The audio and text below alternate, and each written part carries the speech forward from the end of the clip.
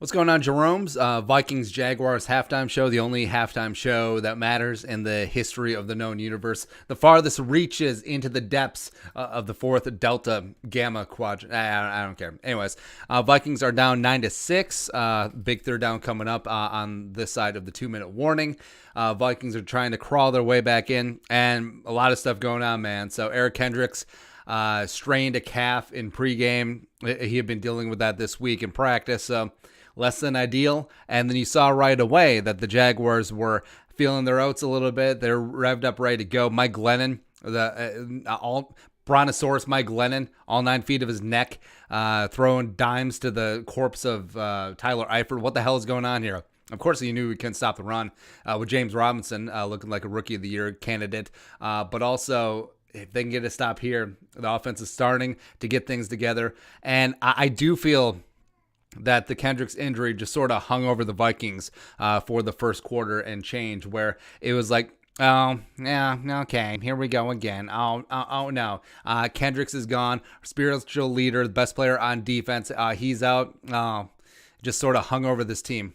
The run is Chenault's, and they're short. There you go. Thank goodness LaVisca just tripped. Anyway, so yeah, the first quarter, it was just kind of a malaise. Like the Vikings were almost in mourning that Kendricks wasn't out there, but they're fired up. Defense just got a big stop here. It would be nice if the Rushman would live up to the name. Cameron Tiny Dancer, woo, rookie cornerback in his first pick of his career, just wrestling that one away from the Jaguars tight end. Looks like Chenault might have dinged up his thigh, maybe a groin. It's always, I feel like there's been more groin strains this year than any other season. I don't know. Yeah. And the offense is starting to click where Kubiak, that first couple drives, yeah. Also, you saw Kirk Cousins reverting to bad Kirk, where we need Kirk Vember to continue, but you could see that he was overthinking things. He was holding on to the ball way too long. Accuracy was just not there. But in that last drive, Dalvin got cooking. Cousins dropped a couple of dimes as well as that final touchdown throw to Adam Thielen in the back of the end zone on that crosser off of play action. So Vikings get the ball back, and just holding my breath every time Osborne fields a punt, man. Just strange. But minute 45 to go. Vikings have 2 timeouts left, 9-6. They're going to, where are they going to be? I guess we'll find out.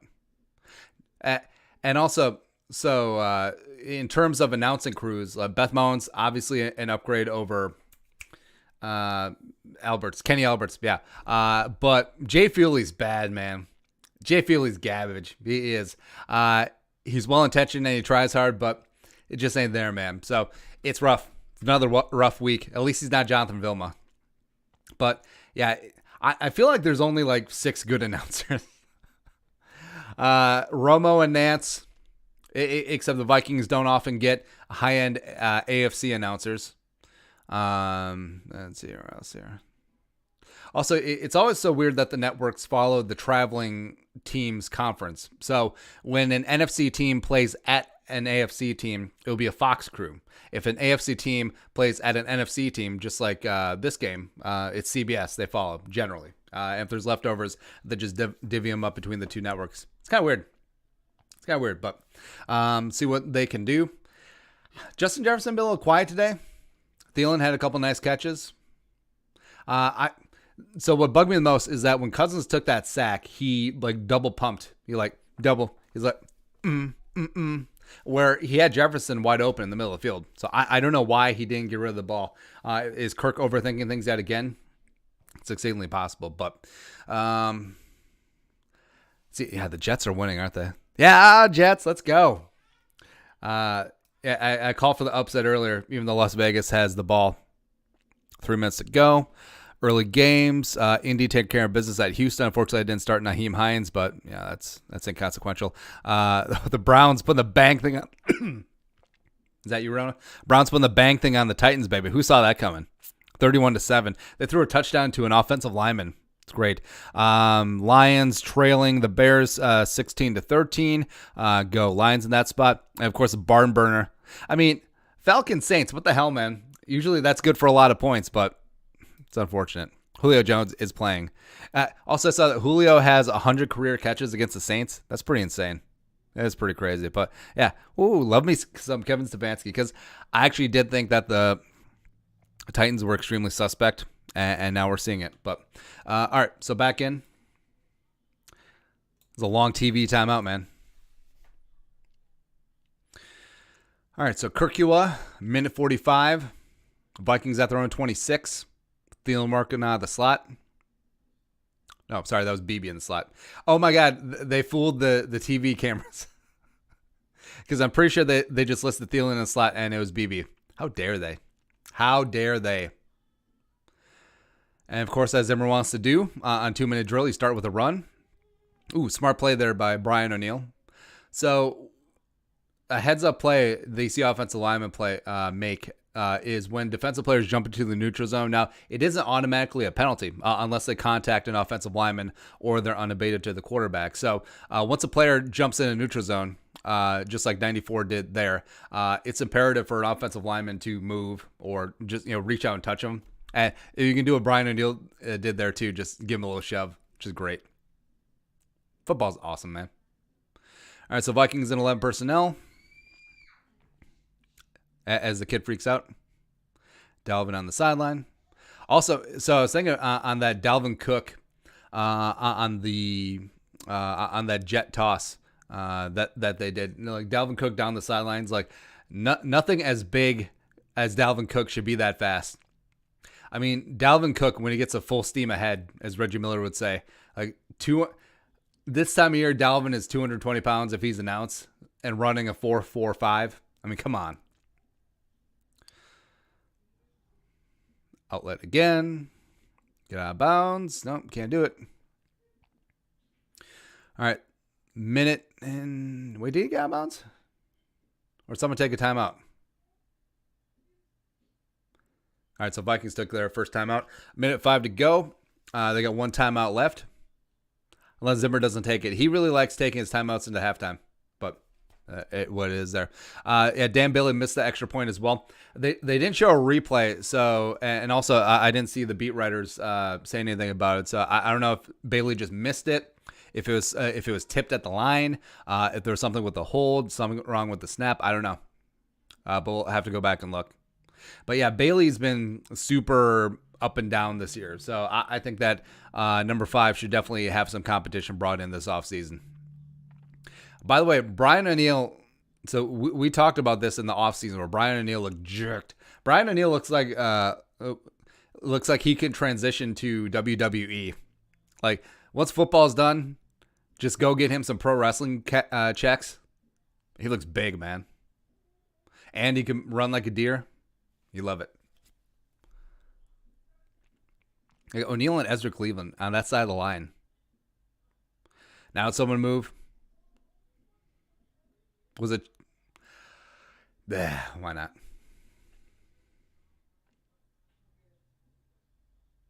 All right, back him up 5 yards. False start. Doug Marrone, how you still have a job, bro? Was it on Rudy? Who's it on? Oh, Gronklin? I don't know. I got the sound off, so. But generally, they zoom in on the guy who false started. So I'm assuming it's Gronklin. All right. Here we go again. BB's being a hero. Getting out of bounds, 3rd down. I always feel like the Vikings 2-minute drill isn't as smooth as butter as some other teams. Like, at worst, it's clown shoes, like vomit all over your sneakers, like at the end of the Cowboys game. But a lot of times, it's like pulling teeth. Of course, that might just be recency biased, even though they did the damn thing against the Panthers. I just like complaining. As do we all. All right, 3-by-1 set. Jacksonville's bringing the heat, and no shot. No shot at all. All right, so Jacksonville's going to take a timeout. They're going to get the rock back with about 50 seconds. See what Glennon can do. Oh, that is sneaky. That is sneaky good. So Schobert gave like the pump fake of showing blitz, dropping out, and then coming on in. Like, he completely fooled Dakota Dozier. That was a good design play. Stupid smoot. Anyway, so Vikings still down 9-6. Booting it away. Skull quit, getting some work in. That's why I was worried, man. A slow start. You're losing some starch. Emotional leader is out. Also, keep an eye on this 2-minute drill. So, generally what the Vikings do is they will run, usually it's 3 down linemen, 3 linebackers, and 5 DBs as their 2-minute end of half defense. And what they'll generally do is run some variation of a Tampa 2. Or they'll, at minimum, they'll have 2 deep safeties, and they'll have Eric Kendricks patrolling that middle deep half of the field, or deep third of the field. So, yeah, with 54 out, it's intriguing to see what they're going to do here. So, I do wonder if they'll stay with the 3-3-5, because Todd Davis is not great in pass coverage, or if they'll keep Davis in there, but give Wilson Kendricks' role. I don't know. I would rather have 4 down linemen and 2 linebackers, or 3 down, 2 linebackers, 5 DBs. Just don't have Todd Davis out there. And get this stupid Walmart commercial off the TV, please. Hey, the game's on. There we go.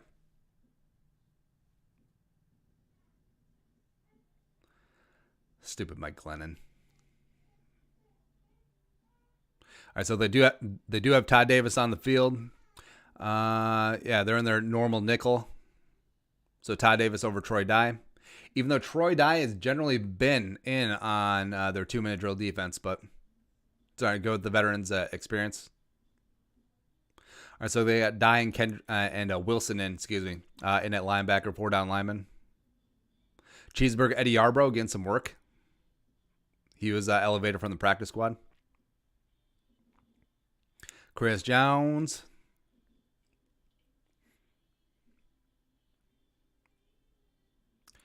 You got Herc and Jalen Holmes in a defensive tackle. Got a Fadi at right end. Ooh, Herc getting a little sniff. Got a little pressure there. James Robinson's good. Yeah, guys like James Robinson always cut against the man. He sunned he sunned El Jefe. Cut against the paying running back argument, and I get it, but you can find it is more common for a running back to find contributors in the late rounds or even undrafted, especially immediately. Since the leap from college running back to NFL running back, it's relatively small comparatively to other positions, but it's a big time drop. Hell, Vikings getting the ball back. If you can hear the kid, she doesn't want to finish her lunch.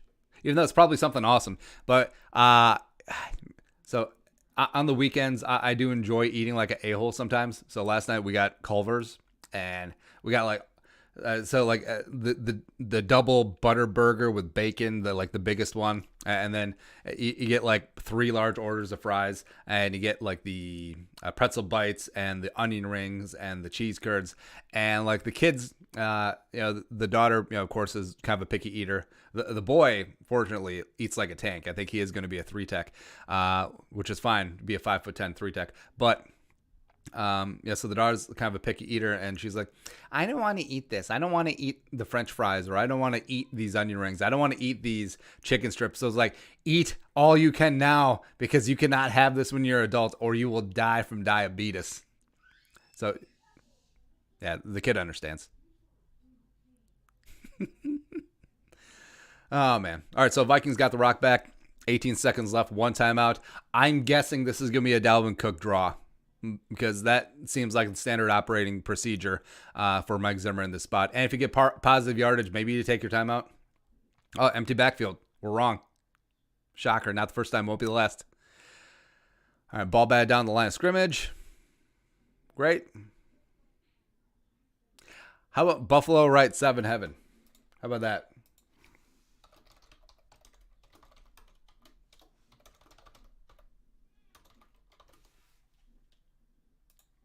Or did Shermer just take that one with him to Denver? Kid screaming. He knows what's up. All right, 15 ticks left, 1 timeout. Oh, here's the draw. Yeah, We knew that the draw was coming. Abdullah, and they're going to let the clock run out. All right, and head into halftime down 9-6. And the Vikings get the ball second half. Oh, wait, Jacksonville take their timeout. Marone, you're a dick. Come on, man. I would fire him right now. All right, so now what the Vikings do? I mean, you could throw. Don't feel like throwing. Run and then punt. Yeah. Run and then kick the highest punt you possibly can. One that's so high that he'll have to fair catch it. And then let the clock run out. Actually, I do wonder I'm certain they have a play that is designed to just extend time. And just burn clock. End of game situation. Or Amir Abdullah is going to pick up the first down. Now take the timeout. Go ahead, Marone. No. All right, so Vikings heading to halftime, 9-6. Let's see here. And, yeah, the Vikings do get the ball to start the second half. Jaguars had it first. So I think overall things are looking up. And you did take the Jaguars' best punch. I think that they stopped the momentum, and the Vikings do have a little bit of that Uncle Mo on their side to start the second half. So right away, take it down the field, score, touchdown, not a field goal, a touchdown, and then go from there. But, yeah, I think that first quarter, you did see just an emotional hangover. It could have been partly from the comeback against the Panthers, still hanging over, because that does happen, carry over from week to week, especially when you win emotionally like that, as well as Eric Kendricks missing at the last possible second, where, it would have been one thing if he had been ruled out like Wednesday or Thursday. So you had an entire week to mentally prepare, both in practice and both getting ready for the game, to be without your spiritual leader on defense, your best player in the middle of that Zimmer Hellfire D. So to have it happen right before the game, and then Todd Davis is like, huh? Todd Davis is like Timmy Smith in the Super Bowl. Is like, hey, I'm starting? What? Huh? So, yeah, you saw the first two drives that it was really lagging. And then you had Chris Boyd dropping that interception and then ricocheting right into the hands of LaVisca for that touchdown. So you're thinking, could be one of those days.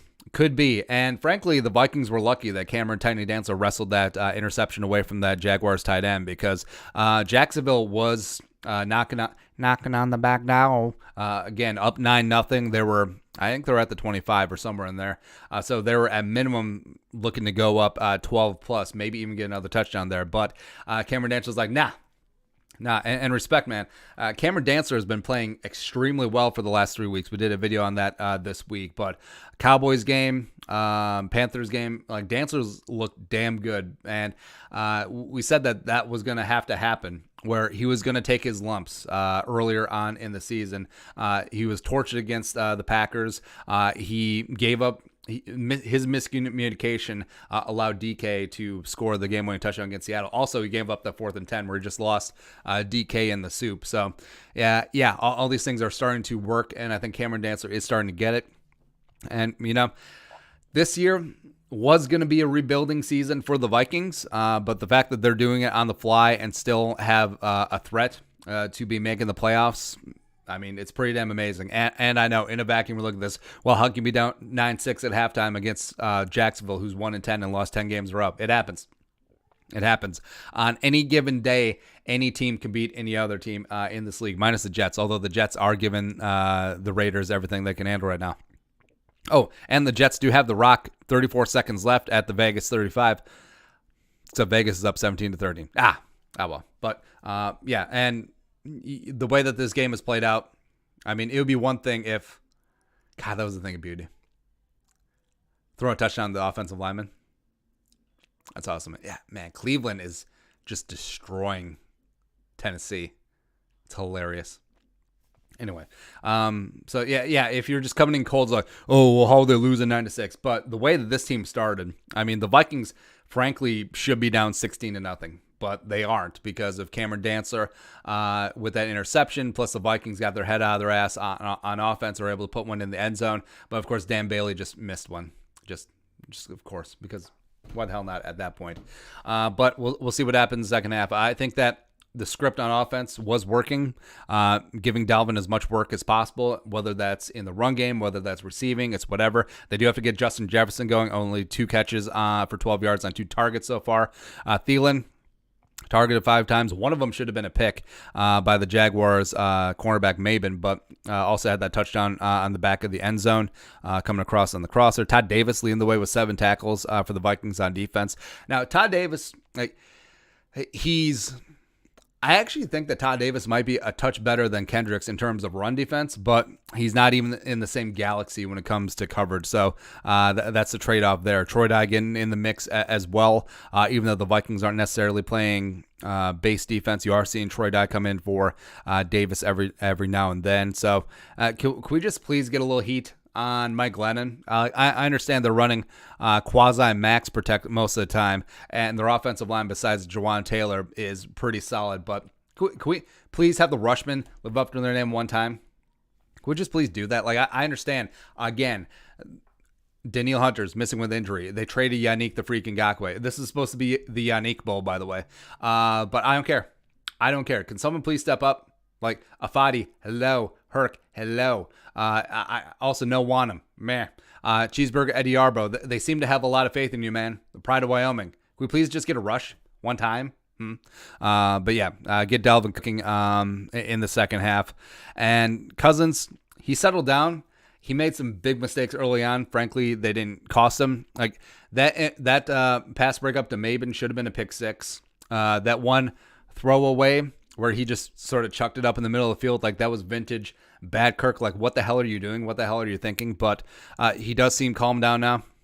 It would have been nice to come away with points at the end of the half when you had 1:45 to go, but wasn't meant to be. So we'll see. That first drive is going to be important. Take the rock, jam it down their throat, and let there be no doubt. Defense is starting to get their stuff together. So can we please put away the Jaguars? Pretty please. And if the Vikings do end up with a win, they'll be 6-6, getting to 500. You feel good. But also, the last 3 weeks, were supposed to be blowouts. So you gave that one away against the Cowboys. You barely got it done against Carolina, and you can pull it out by the skin of your teeth against Jacksonville today. I mean, those are 3 games that you were supposed to just have absolute beatdowns. You were a big favorite at home all 3 games. And then watch them go out and beat the Bucs by 30 and then the Saints by 35. So, I don't know. Football's weird and random and stupid sometimes. But that's it. That's our quick little halftime show. If you haven't subscribed, subscribe. Come along for daily Vikings takes. We'll also be here for the post-game show, plus our winners and